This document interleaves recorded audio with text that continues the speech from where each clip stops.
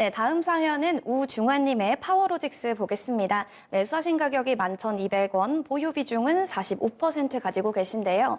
회사에 무슨 일 있나요? 1,550원 왔을 때 던지지 못한 게 후회 막심입니다. 종목 분석 꼭 좀 부탁드려요 라고 남겨주셨는데요.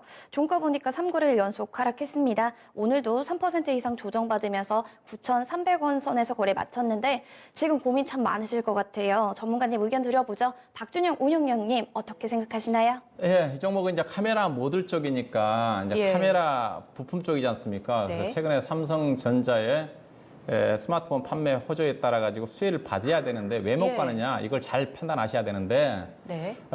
삼성전자의 스마트폰 정책이 최근에 발표가 됐잖아요. 9월 한 5일인가 6일인가. 네. 그렇죠? ODM 개발 비중을 내년도에 늘리겠다. 대폭적으로 확대한다고 그랬습니다. ODM이라는 자체는 제조자 주문 방식입니다. OEM은 알다시피 주문자 상표 방식이잖아요. 네. 예, 주문자가 해서 주문자 상품을 달고 나가는데 대표적으로 의류회사가 OEM 방식으로 미국 쪽에 국내 의류회사들이 부품을 공급하고 있고 이건 이제 ODM이라는 자체는 삼성전자가 즉 삼성전자가 자체적으로 스마트폰을 생산하지 않고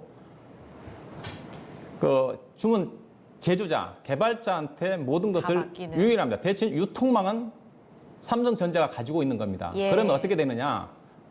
이게 이제 ODM 개발 비중을 늘린다는 제품 자체가 중저가 쪽이에요. 아, 보급형 제품들에 그렇죠. 대해서 ODM을 늘린다. 중저가 제품에 대해서 삼성전자가 자체 생산하지 않고 ODM 쪽으로 주문자 개발 방식으로 많이 전환한다고 그랬고 올해 3,4천만 대 정도를 ODM을 했는데 내년도는 1억 대 이상을 생산한다고 그랬습니다. 네. 자, 그러면 어떤 문제가 발생이 되느냐?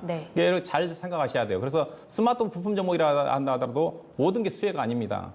그래서 하이랜드급이 아닌 중저가 쪽에 그 카메라 모듈이 상당히 경쟁이 심하거든요. 이들 회사들 같은 경우는 왜냐하면 제조자가 이제 부품 공급사를 직접 선택할 수가 있습니다. 물론 초기에는 삼성전자가 어느 정도 부품 개발사들을 어느 정도 유지할 수 있도록 제어를 할 건데 결국 나중에는 제조자가 삼성전자와 무관하게 부품 하청업체를 바꿔버릴 수가 있다는 겁니다. 아, 그럼 지금 ODM을 확대하는 게 다 중국 쪽으로 맡긴다는 건데 그럼 중국 쪽에서 이쪽을 선택 안 할 수도 있는 거예요? 그렇죠. 왜 그래서 그 파워로이스 주가 빠지느냐.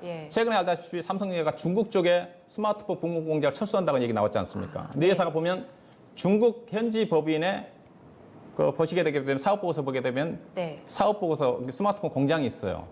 타격을 받을 수밖에 없습니다. 그래서 삼성전자 스마트폰 부품 종목들 잘 간다고 그래가지고 뭐 폴더폰이라든가 뭐 갤럭시 10 판매가 증가된다고 사시면 안 됩니다.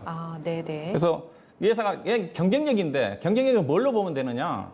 영업이익률로 보시면 됩니다. 카메라 모듈 쪽과 회사가 영업이익률이 5%밖에 안 됩니다. 매출액은 1조 3, 4천억인데 즉 회사는 100원어치 팔면 5원 정도밖에 이익이 안 내는 구조예요. 같은 스마트폰 모듈 종류에서 가장 경쟁력 있는 회사가 MC넥스입니다. MC넥스는 영업이익률이 올해 아마 9% 정도 예사보다 그 2배 높습니다. 그러니까 상대적으로 딱 영업이익률을 보게 되면 파워로직스는 제품의 경쟁력이 낮은 제품을 생산하고 있다. 그게 예상해 볼 수가 있어요. 그런 영향이라고 보시면 됩니다. 주가 자체는 지금 싸죠. 왜냐하면 PR이 6배밖에 안 되는 수준이니까.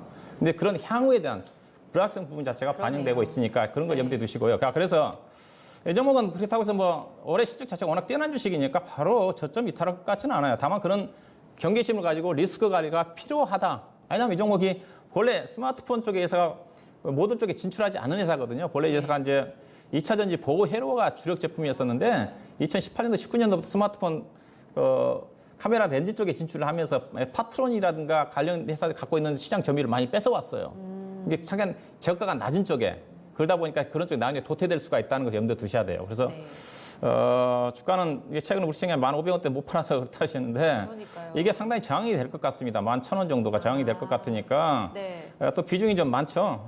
비중이 좀 많으니까 개인적으로 뭐 저점은 하긴 9,000원을 이탈할 것 같지는 않은데 만약 이탈을 하게 되면 약간 어떤 비중 오버된 불장 20% 이상 정도는 약간 리스크가 필요하지 않겠나. 그래서 1,500원 정도 오게 되면 적극적으로 매도를 하고 가급적 하이랜드급 쪽에 괜찮은 MC넥스 같은 경우는 뭐 경쟁력도 있고 또 향후에 자율주동차와 관련된 차량용 쪽에 렌즈도 공급할 수 있는 회사니까 그런 쪽으로 더 관심을 가져볼 필요가 있지 않겠나 그렇게 봐야 될 것 같습니다. 네, 우종환님, 답답했던 마음이 그래도 조금은 풀리셨을 것 같은데 대응력에 있어서는 좀 쉽진 않겠습니다. 9,000원 이탈 시에 리스크, 그러니까 손실, 그리고 손절하셔야 될 것 같고요. 1,500원대도 사실 매수가보다 좀 낮죠. 반등 시 적극 매도 의견 저희 전해드리겠습니다. 그 이유 자세하게 짚어드렸으니까 이거 한 번 더 고민해 보세요.